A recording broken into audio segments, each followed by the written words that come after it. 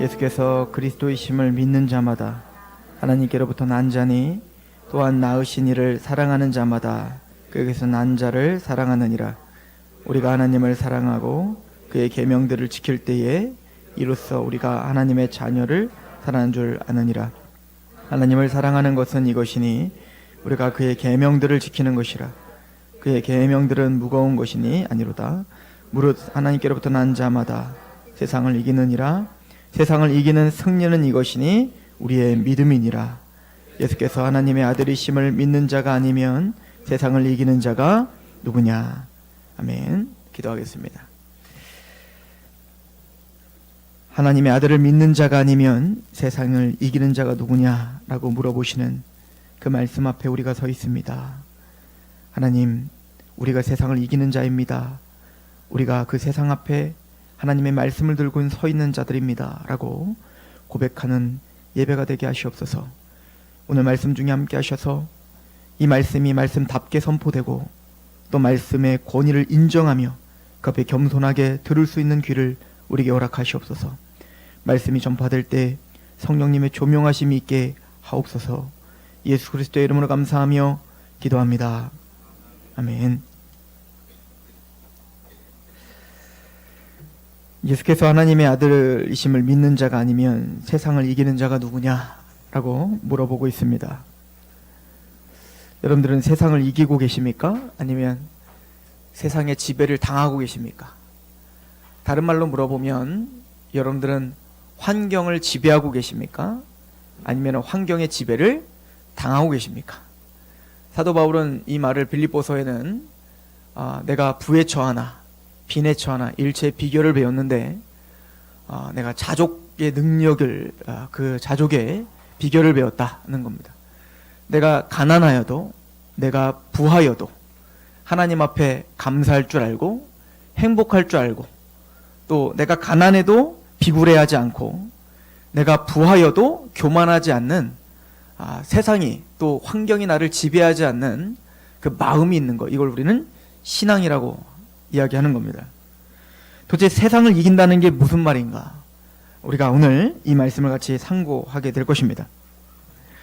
특별히 오늘 말씀은 세 가지로 나눠서 우리가 생각해야 되는데, 첫 번째는 거듭남과 믿음의 관계, 또 두 번째는 바로 하나님의 계명과 사랑의 관계, 세 번째는 세상을 이기는 그 믿음이 세상과 믿음의 관계, 이 세 가지 관계를 우리가 상고해 볼 것입니다. 여러분들, 거듭남과 믿음을 교회를 다니다 보면 당연히 들으실 겁니다. 왜냐하면 이 거듭남이라고 하는 것은 또 믿음이라고 하는 것은 가져도 되고 말아도 되는 문제가 아니라 교회에 들어와 참된 성도라면 마땅한 성경적 참된 믿음이 있어야 되는 거예요. 또한 거듭나지 않으면 여러분들은 천국을 갈 수도 없고 볼 수도 없다라고 예수님께서 직접 말씀하셨어요. 그래서 요한복음 3장 3절에 있는 것처럼 내가 진실로 진실로 너희에게 이르노니 네가 거듭나지 아니하면 하늘나라를 볼 수 없다는 것입니다. 그걸 예수님께서는 니고데모라고 하는 사람에게 하신 얘기입니다. 니고데모는 바리새인이었고 유대인의 관원이다 라고 써 있었어요. 유대인의 관원이라는 것은 산헤드린 공회예요. 그 당시에 산헤드린 공회는 신약 성경에 자주 나오는 등장하는 인물들이 있죠. 제사장, 서기관, 바리새인, 그죠? 사두개인, 이런 사람들이 바로 그 이스라엘을 어떻게 보면 통치했던 지도자 그룹들이에요. 그런데 그 사람들 중에 최고 엘리트들만 들어갈 수 있는 기구가 바로 산헤드린 공회예요. 이 유대인의 관원이란 뜻입니다. 즉 거기는 유대인들의 입법, 사법, 행정, 종교, 교육을 한 군데에서 다 관할하는 곳입니다. 그러니까 최고 행정기관이죠. 그러니까 니고데모는 바리새인 중에서도 바리새인인 겁니다.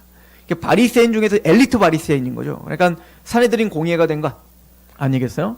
그럼 니고데모가 그 당시에 바리새인들이, 서기관들이, 제사장들이 하나님 앞에 또 예수님에게 계속 독사의 자식들아 라고 책망받는 이유는 그들이 외식주의가 있었기 때문에 그렇습니다. 그러니까 하나님의 말씀을 많이 알고 말씀대로 사는 게 문제가 아니라 자기가 뭔가를 해놓고 그것이 자기 것인 것이냐, 그것으로 자기 교만해진 거죠.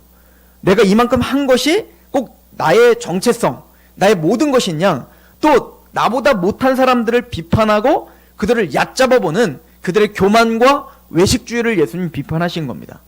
또 하나는 바리새인 같은 경우는 구약을 달달달 외웠어요. 구약 성경을 아예 외우고 있었을 수도 있어요. 그리고 그 말씀대로 철저하게 살으려고 했었던 사람들이 바리새인들입니다. 그런 거룩한 사람들인데 그 사람들은 성경을 알면서도 성경이 말하고 있는 예수를 바라보지 못했던 거죠.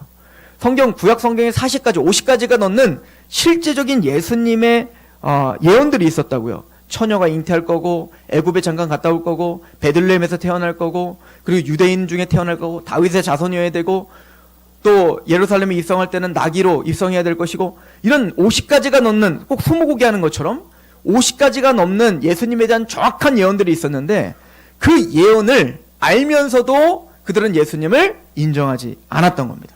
왜냐하면 자신들의 기득권을 내려놓기가 싫었던 거예요. 그래서 그들이 알았다는 건 어떻게 하냐면 헤롯이 자신의 이제 동방박사 세 사람이 예수님이 태어나실 거를 알고 태어나셨다는 알고 별을 보고 예루살렘에 왔지 않습니까?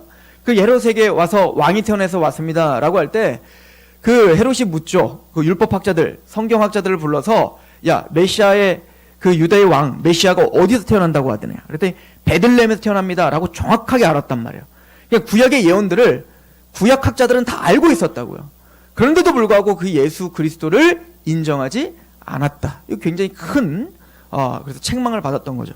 그런데 이 바리새인 중에 니고데모는 그 예수님을 찾아갑니다. 밤에. 이 요한복음 3장에 있는 거예요. 여러분들 우리가 요한일서 강해가 거의 맞춰지고 있는데 제가 바라기는 요한일서 강해를 이제 한 몇 주 더 남았을 텐데 몇 주 남았을 사이에 1장부터 5장까지 좀 정독을 일주일에 한 번 정도는 좀 하시고 예배 오시는 게 좋습니다. 왜냐하면 요한일서를 지금 강해를 하고 있는데 여러분들이 요한일서를 읽지 않으면 전혀 여러분들에게 도움이 될 수가 없어요. 요한일서를 읽다 보면 이 요한일서가 도대체 왜 요한이 이런 얘기를 했지? 요한 사도가 왜 이렇게 우리에게 선포할 수밖에 없었지? 도대체 세상을 이긴다는 게 뭐지? 라고 여러분들이 궁금해하며 하나님의 말씀에 헐떡이면서 와야 그것이 여러분들에게 영혼에 도움이 될 겁니다. 그래서 강해를 하는 이유는 다음 주에 어떤 걸 할 줄을 이미 아시잖아요. 그 다음 주에 할 그 본문을 좀 읽어오시는 게 좋고 또 이 요한일서를 읽다 보면 요한 사도의 언어 체계를 이해해야 되는데 그러면 요한복음을 읽으시는 게 좋습니다. 요한복음을 한번 읽으시고 요한 사도가 이미 오늘 말씀 하나에도 요한 사도께서 요한복음에 이미 많이 이야기한 내용을 이미 정리된 이야기를 아는 것처럼 지금 얘기를 하고 있다고요. 그러니까 여러분들이 이 요한일서를 읽을 때 요한복음을 먼저 좀 이해하셔야, 그죠? 요한복음에 일어났던 사건들을 이해하셔야 이 요한복음이 더 잘 이해돼요. 왜냐면 요한일서 5장에 오늘 본문에 어떻게 시작하냐면 예수께서 그리스도이심을 믿는 자마다 하나님께로부터 난 자다. 이 거듭났다는 얘기거든요. 근데 거듭남이 뭐지? 라고 하는 걸 이미 사도 요한은 이미 성도들이 다 알고 있다라고 생각하면서 편지를 쓰고 있다고요. 왜죠? 이미 사도 요한이 요한복음에 거듭남이 뭔지를 정확하게 요한복음 3장에 다 얘기해놨거든요. 그러니까 우리도 거기에 발을 맞춰서 가야 된다는 얘기인 거예요. 그래서 요한복음을 좀 정독도 하시고 또 요한일서도 정독하시고 보니까 날씨가 많이 시원해졌어요. 이 얘기는 요한복음을 읽으시라는 겁니다. 하나님이. 그래서 요한복음 좀 읽으셔서 하나님 말씀을 좀 갈급해 하시면서 오셔야 됩니다. 시편의 그 메시지는 다 뭐냐면 구원받은 자의 기도요, 구원받은 자의 찬양인데 그 찬양의 대부분은 하나님의 말씀에 갈급해하는 찬양들이 많아요. 그래서 목마른 사슴이 시냇가를 찾듯 내가 주 여호와를 갈급합니다. 그런 마음으로 사실은 말씀을 찾는 사람들이 성도라는 거거든요. 거듭난 자라는 거거든요. 베드로 사도는 뭐라고 이야기하냐면 너희가 거듭난 것이 썩어질 시로 된 것이 아니라 썩지 아니할 시로 됐으니 살아있는 하나님의 말씀으로 됐다라고 말해요. 그러니까 하나님의 말씀은 우리를 거듭나게 합니다. 우리를 태어나게 해요. 다시 하나님의 말씀으로 우리를 다시 태어나게 해요. 그뿐만 아니라 베드로전서 1장의 거듭남에 대한 이야기하고 베드로전서 2장에 뭐라고 이야기하냐면 신령한 갓 태어난 아이가 신령한 젖을 사모하듯, 그러니까 엄마의 젖을 사모하듯 구원받은 하나님의 거듭난 사람들은 신령한 젖을 사모한다는 거예요. 신령한 젖은 말씀을 말하는 겁니다. 그러니까 말씀으로 거듭나 하나님의 백성이 된 사람의 첫 번째 특징이 있어요. 말씀에 갈급한 겁니다. 말씀을 듣고 싶어 하는 겁니다. 말씀을 이해하고 싶어 하는 거예요. 이건 단순히 설교 시간에 즐거운 얘기를 듣고 싶어 하는 내용이 아닌 거예요. 생각하는 겁니다. 그래서 여러분들 교회 올 때는 생각하시면서 오셔야 되는 겁니다. 히브리서에 뭐라고 말하냐면 너희가 지각을 사용하여 연단을 받아 하나님의 뜻이 무엇인가 분별하라 라고 표현해요. 그러니까 첫 번째는 우리가 가져야 되는 것은 지각을 사용하는 겁니다. 하나님이 왜 우리에게 머리를 주셨죠? 생각하라는 겁니다. 첫 번째, 하나님을 생각하라는 거고 하나님의 말씀을 생각하라는 겁니다. 그래서 지각을 사용하여 연단을 받으라는 거예요. 연단을 받는다는 건 그 말씀이 갈급하고 그 말씀을 듣고 이해하는 겁니다. 이해한 다음에 나는 이제 하나님의 말씀을 이해하면 내가 살고 싶은데 내가 살고 싶은 방법이 있는데 그 방법이 잘못됐다는 것을 말씀을 통해서 확인하는 겁니다. 세상 사람들이 사는 그 방법이 하나님의 뜻이 아니었네를 확인한다고요. 그러면 연단을 받게 되는 거예요. 왜요? 나는 이렇게 살고 싶거든요. 이게 편하거든요. 이게 내 몸에 맞거든요. 근데 이게 아니래요. 그래서 사도 바울은 뭐라고 하면 내 몸을 첫 복종시키라 라고 말하는 겁니다. 그래서 하나님의 말씀에 그러네 내가 이렇게 사는 게 잘못됐네를 알아 돌이키는 거를 우리는 회개라고 하는 거예요. 그래서 우리는 하나님의 말씀에 책망을 받고 그럼 바르게 함이 무엇인지를 알아 돌이켜 그렇게 사는 거예요. 그러니까 힘들죠. 왜? 내 맘대로 살아야 되는데 그렇게 살지 못하니까 힘든 거예요. 왜 운동이 힘들죠? 그렇게 불량식품 먹고 잠자고 게으른 건 쉬운데 왜 운동은 힘든 거냐고요. 왜 규칙대로 좋은 음식을 먹는 건 힘들죠? 그게 원래 맞는 거예요. 그러니까 모든 원리가 그렇듯 성경의 원리도 마찬가지예요. 우리 신앙의 원리도 내 원하는 대로 내 편한 대로 살면 절대 신앙의 성장은 없는 겁니다. 그걸 거스르는 것이 운동이고 또 그거를 거스리는 것이 신앙의 훈련인 거예요. 그러니까 연단을 받는다라고 표현하고 있는 겁니다. 성경은. 그러니까 편하려고 하지 마셔야 되는 거예요. 하나님의 말씀을 생각하고 그 말씀을 내 삶에 적용하려고 해야 돼요. 그럼 힘들어요. 그래서 성경은 뭐라고 하면 십자가의 길이라고 말하는 겁니다. 넓은 길이 아니라 좁은 길로 가는 거죠. 그죠? 이게 거듭난 사람의 특징이에요. 자, 그러면 요한복음의 이 니고데모에게 네가 거듭나야 돼 라고 이야기를 했어요. 말씀을 많이 알고 말씀대로 철저히 살으려고 했던 니고데모예요. 그런 니고데모가 예수님을 인정하고 밤에 찾아왔어요. 그런 니고데모에게 예수님이 칭찬은 못할 망정 예수님이 그 니고데모에게 한마디 한 게 뭐냐면 내가 진실로 아멘 아멘 이런 뜻이에요. 확실해요. 명확해요. 더 이상 변경될 수 없어요. 이건 하나님의 명확한 뜻이에요. 진실로 내가 너에게 이르노니 네가 거듭나지 아니하면 하나님 나라를 볼 수가 없어는 거예요. 네가 니고데모야. 네가 바리새인이니? 네가 성경을 다 알고 있니? 네가 성경대로 그 철저하게 살았니? 아니, 그거 갖고는 안 되는 거야. 거듭나지 아니하면 하나님 나라를 볼 수가 없어. 내가 진실로 너에게는 물과 성령으로 나지 아니하면 하나님 나라에 들어갈 수 없다라고 말해요. 우리로 적용해 보면 내가 성경을 몇 독했습니다. 내가 교회를 몇 년 다녔습니다. 내가 목사요, 장로요, 무슨 성가대요, 내가 뭘 했습니다. 내가 어떤 기도를 해서 어떤 기도응답을 받았습니다. 내가 뭘 체험했습니다. 내가 어떤 능력을 행했습니다. 예수님 우리에게 물어보실 겁니다. 내가 진실로 너에게 이르노니 거듭났니? 거듭나지 아니하면 천국을 볼 수가 없다는 겁니다. 즉 이 이야기는 죽고 사는 문제인 거예요. 그래서 사도 요한은 요한복음을 시작하면서 거듭나야 된다는 것을 강조했던 겁니다. 자, 그런데 오늘 말씀해 보니까 여러분들 믿음, 여러분들 예수님을 믿으셨습니까? 자, 믿음과 거듭남은 다른 거예요. 다른 거예요. 믿음과 거듭남은 동시에 일어날 수도 있어요. 시간적으로는 믿음과 거듭남이 먼저 일어난다는 말은 못해요. 그런데 우리가 논리적 순서라고 이야기를 해요. 그럼 논리적 순서로는 거듭남이 먼저일까요? 믿음이 먼저일까요? 믿어야 거듭나는 걸까요? 거듭나야 믿는 걸까요? 거듭나야 믿는 거예요. 그러니까 믿음, 우리가 믿고 있어요? 그 얘기는 이미 우리가 거듭났다는 얘기인 겁니다. 우리가 거듭나지 않으면 예수를 믿을 수가 없습니다. 마태복음 13장에 예수님께서 씨 뿌리는 비유를 하시면서 그런 얘기를 하죠. 귀가 있어도 듣지 못하고 눈이 있어도 보지 못한다는 얘기를 하죠. 그 얘기는 우리가 예수님의 십자가 이야기를 머리로 이해 못한다는 얘기가 아니에요. 예수님의 십자가 부활 얘기, 이 복음 이야기를 아무리 들어도 그걸 그래 알아. 예수님 십자가에 죽으셨다며 부활했다며 이걸 알아 라고 아무리 지식적으로 알아도 그 십자가 부활이 정말 내 사건이 되지 않으면 그건 참된 믿음이 아니에요. 예수님의 십자가의 죽음이 내 죽음이구나, 예수님의 부활하심이 나의 부활이구나, 나의 생명이구나 라고 이걸 진짜 믿지 못하면 그건 참된 믿음이 아니라고요. 제가 대전에 있을 때 이제 첫 번째 사역지에서 이제 아동부 전도사를 할 때, 이제 어릴 때죠. 24살 때 아동부 전도사를 하는데, 하루는 그 여름 성경학교를 하는데 마지막 밤에 아이들 부흥회를 하자는 거예요. 그래서 좋다. 그래서 부흥회를 했죠. 부흥회를 할 때 제가 이제 불을 다 끄라고 했어요. 다 불을 끄고 그때 이제 영상을 틀어줬습니다. 그 영상이 뭐냐면, 그 당시 패션 오브 크라이스트, 굉장히 잔인한 영상을, 예수님의 십자가를 아주 실제로 묘사한 건데 그걸 애들한테 보여줬어요. 지금 생각하면 그러면 안 되는데 그때는 보여줬어요. 보여주고 아이들이 그걸 보니까 예수님이 십자가에 달리는 게 얼마나 처절해요. 그리고는 불을 다 끄라고 했어요. 그리고 촛불을 하나씩 딱 나눠주고 촛불을 다 켜줬어요. 그리고 제가 말했죠. 이 초가 자기의 몸을 태워 빛이 밝히듯 예수님은 자신의 몸을 이렇게 죽으셔서 우리에게 빛으로 오신 거야. 애들이 막 울기 시작하는 거예요. 그래서 이때다 싶어서 제가 선생님들 빨리 한 명씩 자꾸 빨리 기도해 주세요. 그랬더니 막 애들이 막 기도했지만 애들이 울부짖고 막 선생님들 막 끌어안고 기도하고, 그 다음날 저는 어떻게 됐을까요? 스타 강사가 된 거죠. 막 교회에 난리가 난 거예요.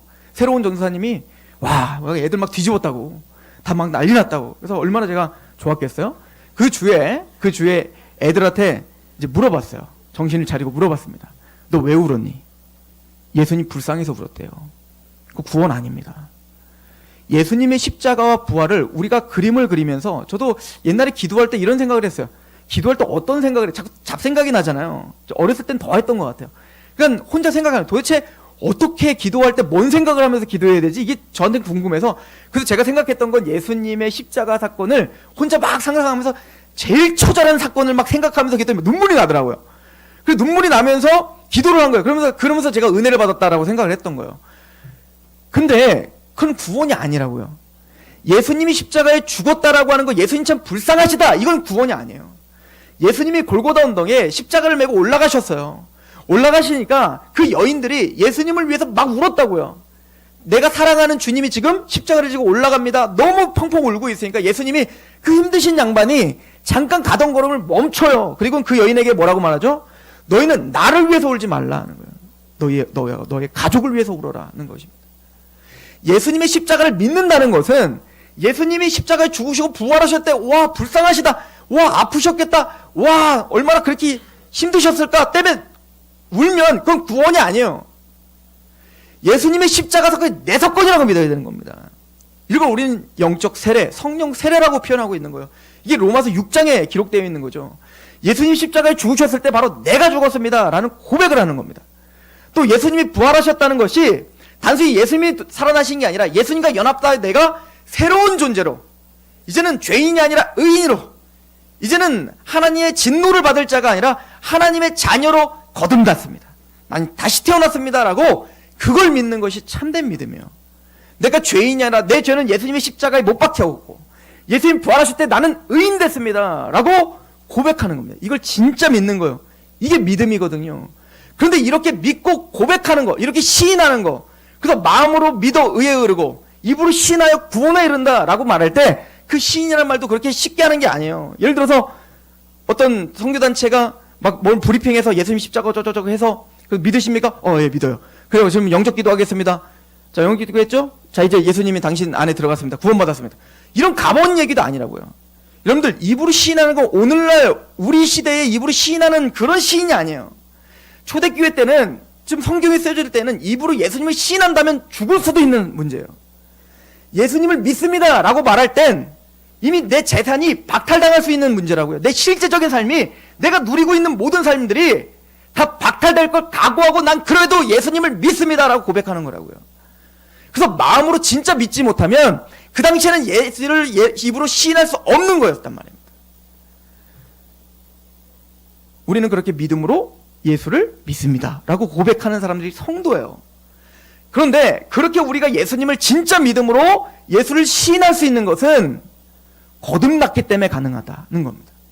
우리가 그렇게 진짜 참된 믿음을 갖고 예수님을 정말 믿습니다, 나는 대로로, 세상이 가는 그런 대로로 가지 않고 주님이 걸었던 십자가의 길, 그 좁은 길로 걷는 자가 되겠습니다 라고, 그렇게 예수님과 함께 동행하며 그 길을 걷기로 결정하는 그런 믿음, 그 믿음은 인간이 줄 수 있는 믿음이 아니에요. 우리가 만들어낼 수 있는 믿음이 아니에요. 그래서 예수님이 마태복음 16장에 베드로에게 물어보잖아요. 넌 나를 누구라고 부르니? 세상 사람들은, 많은 사람들은 예수님을 세례 요한이라고도 하고 엘리야라고도 하고 뭐 선지자라고 하고 그럽니다. 그럼 너는 나를 뭐라고 해? 당신은 살아계신 하나님의 아들이고 그리스도이십니다 라고 고백을 하죠. 그때 예수님이 베드로에게 뭐라고? 바요나 시몬아 네가 복되다. 뭐하다? 복되다. 이게 복인 겁니다. 도저히 믿을 수 없는 그 일을 믿고 있는 네가 복되다 라고 말하면서 뭐라고 말씀하시냐면, 이거는 육으로 할 수 있는 게 아니다. 육체로 믿을 수 있는 게 아니다. 너의 육체에 뛰어난 어떤 지식, 너의 어떤 열심, 너의 어떤 노력이 그 믿음을 주는 게 아니라 하나님 아버지께서 주신 거다 하는 거예요. 그러니까 우리가 믿을 수 있는 것은 죽어있는 사람에게 아무리 설명하고 아무리 뭐라고 얘기해도 이 사람은 들을 수가 없죠. 죽어있으니까요. 우리는 모두가 아담이 타락 이후로 허물과 죄로, 그 죄 때문에 우리는 죽어있었다고요. 고린도후서 4장 4절에 이 세상 신이 믿지 아니하는 자들의 마음을 혼미하게 하고 있어서 죽었다 깨어나도 우리는 하나님의 말씀을 듣지 못했다고요. 죽어있었어요. 죽어있었어. 지금 사람들도 영적으로 보면 살아있으나 죽어있는 상태라고 하나님은 말해요. 그래서 예수님 뭐라고 하냐면, 어떤 젊은이에게 그러죠. 넌 나를 좀 따라. 그랬더니 그 젊은이가 뭐라고 하냐면, 주님 내가 따르고 싶어요. 주님을 따라갈 건데 우리 아버지 장례, 우리 아버지가 돌아가시면 아들로서 장례만 좀 잘 치러드리고 내가 따를게요 라고 하죠. 그때 예수님 뭐라고 하죠? 얘야, 죽은 사람은 죽은 사람이 장례하게 하고 너는 나를 따라 라고 말한다고요. 아니, 죽은 사람이 어떻게 죽은 사람을 장례해요? 무슨 얘기죠? 지금 그들은 살아있으나 예수님이 영적인 눈으로 보면 다 죽어있다는 거예요. 송장이 걸어다닌다 이렇게 말하고 있는 거예요. 그러니까 우리가 다 그런 사람들이었다고요. 우리는 다 영적으로 죽음의 상태에 있어서 우리는 하나님의 말씀을 알 수도 없었고 들을 수도 없었다고요. 어떤 누구도 죽어있는 사람에게 그에게 이 말씀을 이해시킬 수 있는 사람은 아무도 없는 겁니다. 모세도 못하는 겁니다. 바울도 못하는 겁니다. 아무도 못하는 거예요. 먼저 하나님이 하나님의 택함 받은 자를 거듭나게 하셔야 되는 거예요. 다시 생명을 주셔야 되는 거예요. 물과 성령으로 그를 거듭나게 하셔서 그 말씀이 들어가게 하셔야 된단 말입니다. 그래서 오늘 사도 요한은 말하는 겁니다. 그 하나님의 아들을 믿는 자는 뭐라고 말하죠? 예수께서 그리스도이심을 믿는 자마다 하나님께로부터 난 자다라고 말해요. 너희가 예수님을 믿고 있느냐? 그럼 너희는 이미 거듭났다. 너희는 이미 하나님께로부터 거듭난 자다라고 해요. 여러분들이 정말 예수님을 믿으십니까? 이 예수 그리스도의 십자가 부활이 단순히 그 어떤 사건으로 믿어지는 게 아니라 그 사건이 정말 내 사건이라고 정말 믿어지세요? 그래서 오늘 당장 죽어도 나는 내 죄가 해결됐고 나는 의인되어 이제는 예수 그리스도와 함께 저 낙원에 그 예수님이 우편의 강도에게 그 수많은 죄를 졌지만 그 예수를 영접했던, 예수를 믿었던 그 우편 강도에게 오늘날 네가 나와 함께 낙원에 있으리라 라고 하신 그 약속이 내 말씀이라고 정말 믿어지십니까? 그럼 여러분들은 거듭나신 겁니다. 성령님이 여러분들의 영혼을 살리신 거예요. 거듭나게 하신 거예요. 그 말씀을 주시고 성령님의 은혜로 큰 확신을 준 거예요. 복음은 너에게 말로만 임하는 게 아니라 능력과 성령과 큰 확신으로 임하는 겁니다. 그래서 우리가 그 말씀이 진짜 믿어진다면, 마음으로 믿어 정말 그것을 신하는 사람이라면 여러분들이 이미 거듭난 겁니다. 즉 예수께서 그리스도이심을 믿는 자마다 하나님께로부터 난 자니 또한 낳으신 이를 사랑하는 자마다 그에게서 난 자를 사랑하냐. 근데 이렇게 이어져요. 너희가 진짜 거듭났니? 맞아요. 첫 번째 열매가 뭐죠? 구원의 확신이죠. 믿음이에요. 우리가 거듭났다는 증거는 내가 예수가 믿어지는 겁니다. 또 예수의 그 길이, 세상은 그걸 조롱하고 그 길이 실패의 길이라고 말하지만 아니라고, 우리는 십자가의 길이 옳은 길이고 그것이 복된 길이라고 믿어지는 겁니다. 두 번째는 뭐죠? 하나님께로부터 난 자니 또한 낳으신 이를 사랑하는 자마다 그에게서 난 자를 사랑한다. 이게 무슨 얘기예요? 우리가 진짜 거듭난 사람이라면 두 번째 특징이 있어요. 함께 구원받은 성도를 사랑합니다. 함께 구원받은 성도를 지극히 사랑하게 돼요. 여러분들 이산가족 상봉하는 장면을 보면 아버지를 만났어요. 그죠? 몇십 년 만에 아버지를 만나서 막 울어요. 근데 우리와 비슷한 나이 또래의 사람이 옆에 서 있어요. 처음 보는 사람이에요. 근데 그 아버지가 뭐라고 하죠? 너의 누나야. 네 동생이야.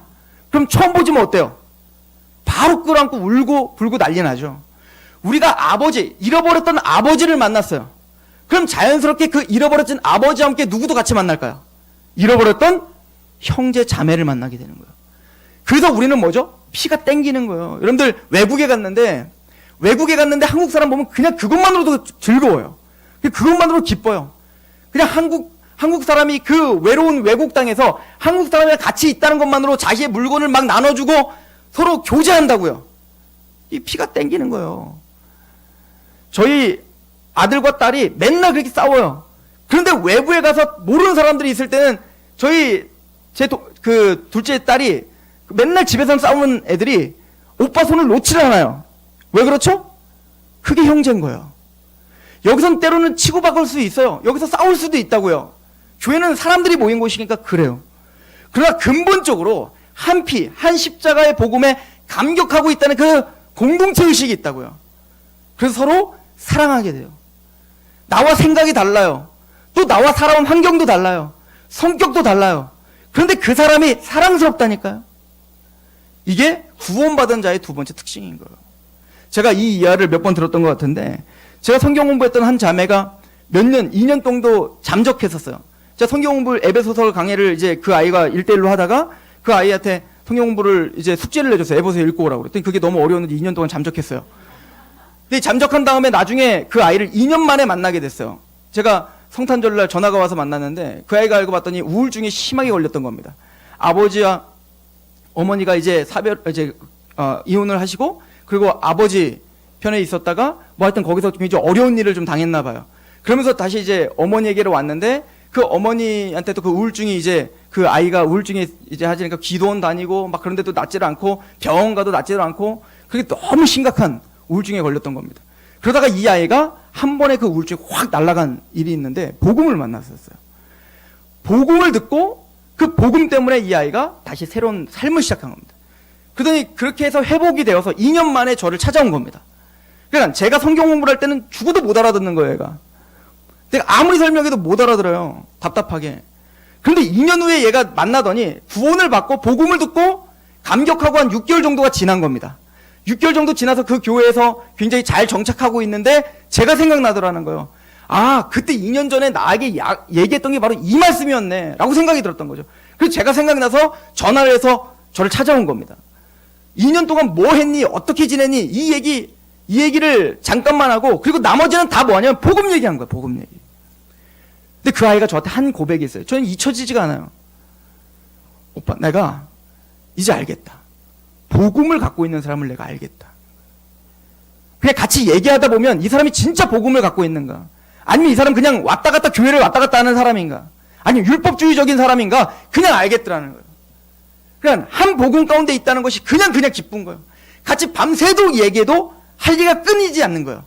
이게 특징입니다. 구원받은 하나님의 백성들은 구원받은 하나님의 백성들을 봐요. 알아봅니다. 그리고 서로 사랑합니다. 그리고 서로 위로받고 거기에 도전받습니다. 이게 두 번째 특징이에요. 또한 구약에서는 이 거듭남이라고 하는 것을 마음의 할례라고 이야기를 합니다. 마음의 할례라는 것은 우리가 잘 아는 것처럼 육적인 할례가 아니라 마음의 할례잖아요. 이걸 신명기 30장은 뭐라고 말하냐면, 너희가 마음의 할례를 받아 마음을 다하고 뜻을 다하고 목숨을 다하고 주 하나님을 사랑하라 라고 고백을 해요. 그러니까 마음의 할례란 뭐냐면, 거듭남이란 뭐냐면, 우리가 예수님의 십자가를 믿어지고, 그게 거듭나서 예수님이 믿어지고 그 예수님 때문에 우리가 하나님을 사랑하게 되는 겁니다. 그래서 그 하나님의 사랑을 표현하는 걸 우린 예배라고 하는 거잖아요. 그래서 구원받은 사람들은 마음을 다하고 뜻을 다하고 목숨을 다해 하나님을 사랑해요. 그래서 하나님을 찬양해요. 그래서 하나님께 기도해요. 그래서 하나님의 말씀을 읽으려고 하는 거예요.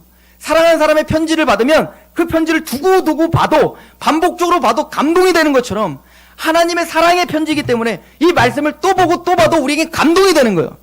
이게 구원받은 사람의 당연한 특징 아니겠어요? 그래서 마음을 다하고 뜻을 다하고 목숨을 다하고 하나님을 사랑하게 되면 우리는 누구를 사랑할까요? 아까도 말했죠? 거듭나면 누구를 보여요? 옆에 있는 형제를 내 몸처럼 사랑하게 돼요. 그래서 예수님이 말을 하는 거예요. 모든 율법, 바리새인과 서기관들이 와서 예수님에게 율법학자들이 와서 말해요. 하나님의 율법이 있습니다. 율법이 613가지나 돼요. 그 613가지를 10가지로 축약한 게 십계명이에요. 그래서 말해요. 그 그 모든 계명 중에 제1계명은 뭡니까? 무엇이 가장 중요합니까? 라고 했을 때 예수님 뭐라고 하시죠?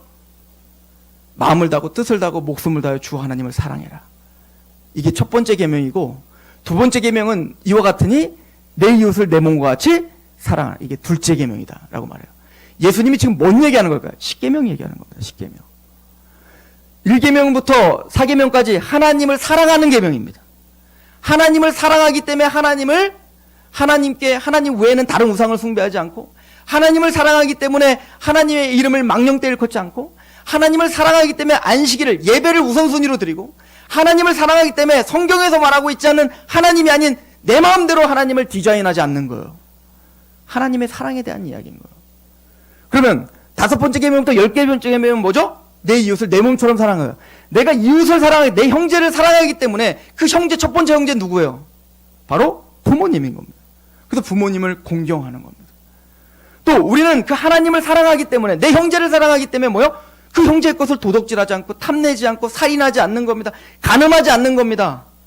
이게 뭐죠? 이웃을 사랑하는 걸 말하는 거예요. 보세요. 이렇게 이어진 거예요. 진짜 거듭난 사람은 하나님을 사랑합니다.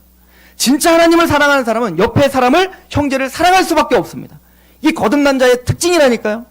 그리고 우리는 미친 듯이 하나님을 사랑하고 이웃을 사랑하다고 뒤를 돌아보니까 우리가 계명을 지키고 있는 겁니다. 그러니까 하나님의 사랑과 하나님의 계명이 다른 게 아닌 거예요.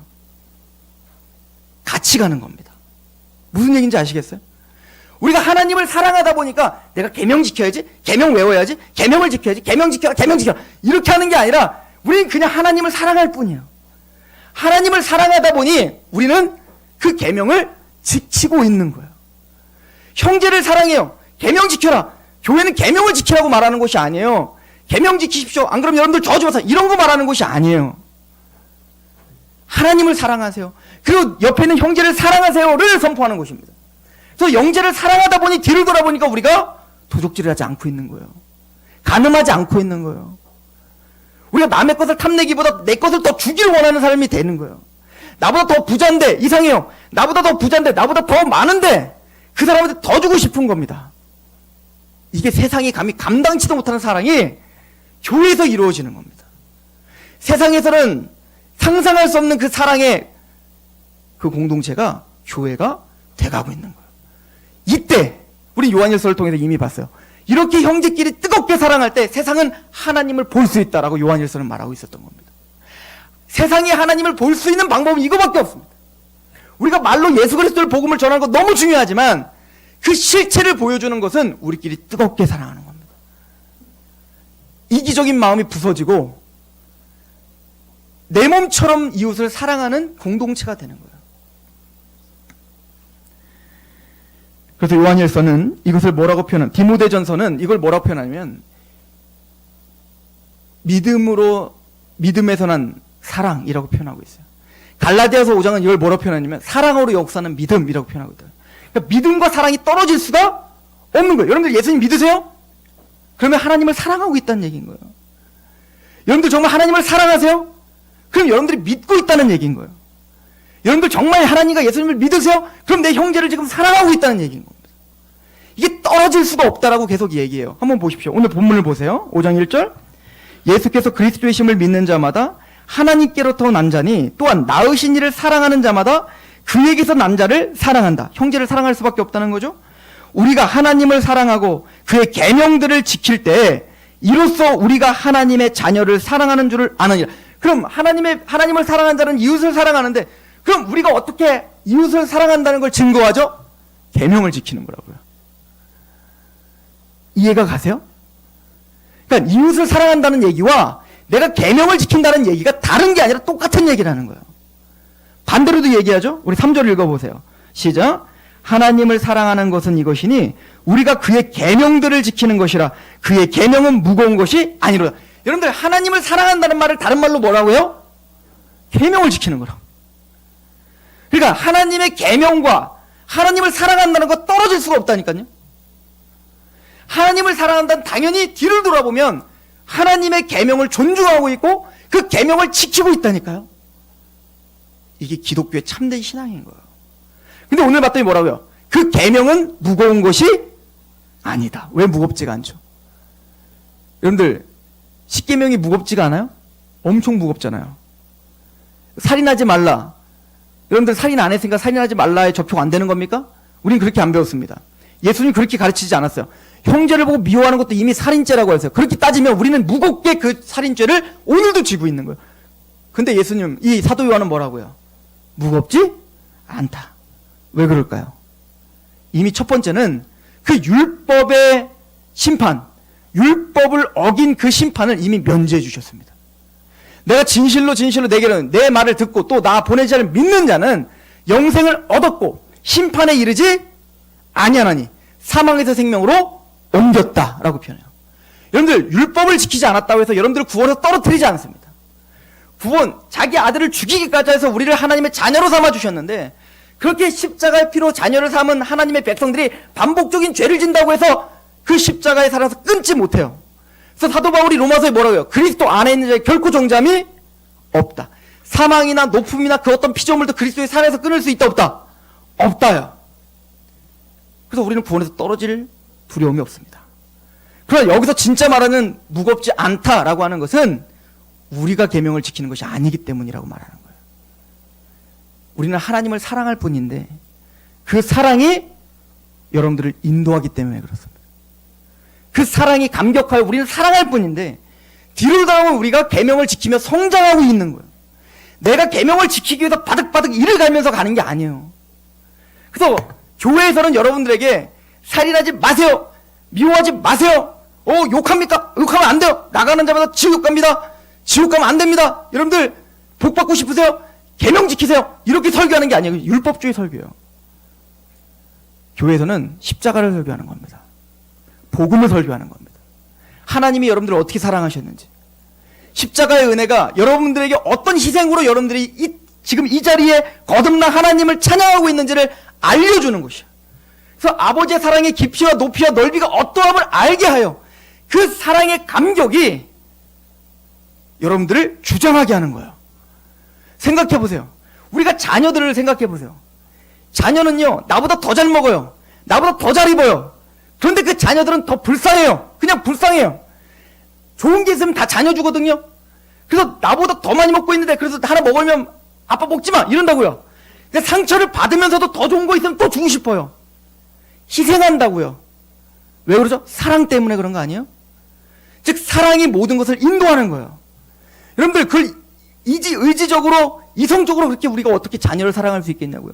본능적으로 사랑이 발동하니까 그 자녀를 키우는 거 아니겠어요? 마찬가지로 하나님을 사랑하고 이웃을 사랑하는 것도 이지적으로 내가 하는 게 아니라 하나님이 먼저 우리가 죄인 되었을 때에 자기 아들을 죽이기까지 하시는 그 사랑으로 우리를 알게 하시고 깨닫게 하시고 감격하게 하신다고요. 거듭나게 하셔서 그 십자가를 알게 하셔서 하나님 진짜 사랑해요. 베드로를 생각해 보세요. 예수님을 그렇게 3년 반이나 따라다니면서 먹을 거 줬죠. 그렇게 예수님을 따라다니면서 그래도 많은 명성을 얻었죠. 그런데 하루아침에 그 십자가를 보고 도망갔다고요. 게다가 저주하며 예수를 부인했다고요. 그렇게 사실은 가룟 유다보다도 더 못해요. 베드로는. 그럼 베드로를 예수님이 또 찾아가세요. 네가 나 사랑하지? 네가 나 사랑하냐? 사랑한다는 고백을 또 받아내시죠. 베드로 어떤 마음이 들까요? 그 예수님을 바라볼 때 어떤 마음, 내가 예수님께 뭘 해드리겠다? 그런 말 못할 거예요. 그냥 그 예수님의 사랑에 감격하여 그냥 그 길을 걸어가게 됐을 것입니다. 이게 성경이 하는 얘기인 거예요. 그래서 하나님의 계명은 무겁지 않다라고 말하고 있는 겁니다. 그 사랑이 우리를 견인하기 때문에 그렇습니다. 그럼 이렇게 말합니다. 4절입니다. 무릇 하나님께로부터 난 자마다 세상을 이기느니라. 세상을 이기는 승리는 이것이니 우리의 믿음이니라. 예수께서 하나님의 아들이심을 믿는 자가 아니면 세상을 이길 자가 누구냐? 여러분들 세상을 이긴다는 말이 뭡니까? 세상에 어떤 사람들이 막 몰려와도 우리는 믿음으로 골리앗을 쳐부시는 것처럼 우리는 그 권력자들을 부셔버릴 수 있고 우리에게 그런 능력이 있고 우리에게 그런 힘이 있고 이런 얘기예요? 그런 얘기예요. 근데 사실은 그보다 더 중요한 얘기인 거예요. 이 세상이 뭔지를 좀 알아야죠. 그러니까 그렇게 생각해서 그냥 마음대로 적용하기 전에 사도 요한이 말하는 세상이 뭔지를 알아야 될 거 아니에요. 세상이 뭔지를 알아야 우리의 싸움터가 어디고 그 싸움에서 승리한다는 게 뭔지를 알 거 아니에요. 사실 사도 요한이 말하는 이 세상은 우리 안에 있어요. 우리 밖에 있는 게 아니라 우리 안에 있다고요, 세상은. 그럼 어떻게 하냐고요? 요한일서 2장 가보세요. 앞에서 이미 설명했어요. 세상이 뭔지. 2장 15절입니다.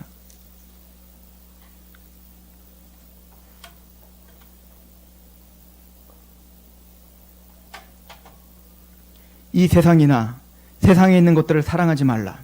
누구든지 세상을 사랑하면 아버지의 사랑이 그 안에 있지 아니하니 이는 세상에 있는 모든 것이 육신의 정욕과 안목의 정욕과 이생의 자랑이니 다 아버지께로부터 온 것이 아니요 세상으로부터 온 것이라. 세상은 우리에게 세 가지를 준다는 거예요. 안목의 정욕, 육신의 정욕, 이생의 자랑이에요. 그러니까 우리의 전쟁터는 어디라는 거예요? 내 안이라는 거예요. 내 안에 뭔가 보여지는 것에 유혹되고 있는 나의 정욕들, 먹고 마시고 만져지는 것에 집착하며 그것이 전부라고 생각하는 내 정욕들, 또 이생의 자랑, 내가 높아지려고 하고 많은 사람이 인정받으려고 하는 그 정욕들, 많은 사람들에게 좀 더 멋지게 보이기 위해서 내가 더 허용되고 더 사치하고 또 많은 사람들의 높은 자리에 서서 그 사람들을 뭔가 좀 지배하려고 하는 그런 욕구들, 이게 세상이에요. 믿는 자가 아니면 누가 세상을 이기겠는가? 믿는 자가 아니면 누가 이 정욕을 다스릴 수 있겠습니까? 이 하나님의 사랑과 예수 그리스도의 십자가 사랑에 감격한 우리가 아니면 어떻게 우리가 세상처럼 세상의 욕심대로 살고 있는, 이기적으로 살고 있는 그 사람들을, 그 사람대로 살고 싶은 내 욕구를 어떻게 잠재울 수 있겠습니까? 세상을 이기는 자에게 소망합니다. 그 세상은 내 안에 있는 거예요. 하나님이 아닌 세상을 사랑하고자 하는 내 욕구, 내 욕망, 내 정욕, 하나님의 십자가의 사랑이 그것을 이기게 하실 것입니다. 세상을 이기는 자가 누구뇨?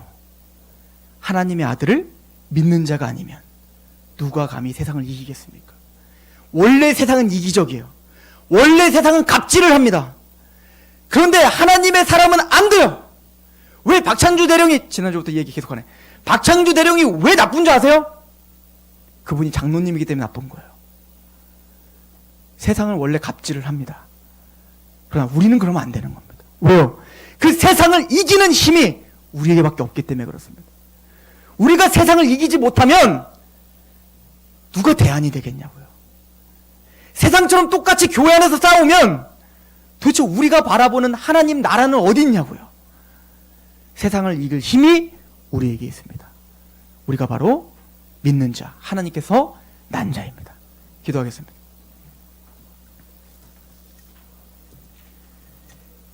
하나님 아버지, 하나님의 은총이 우리에게 있기를 소망합니다.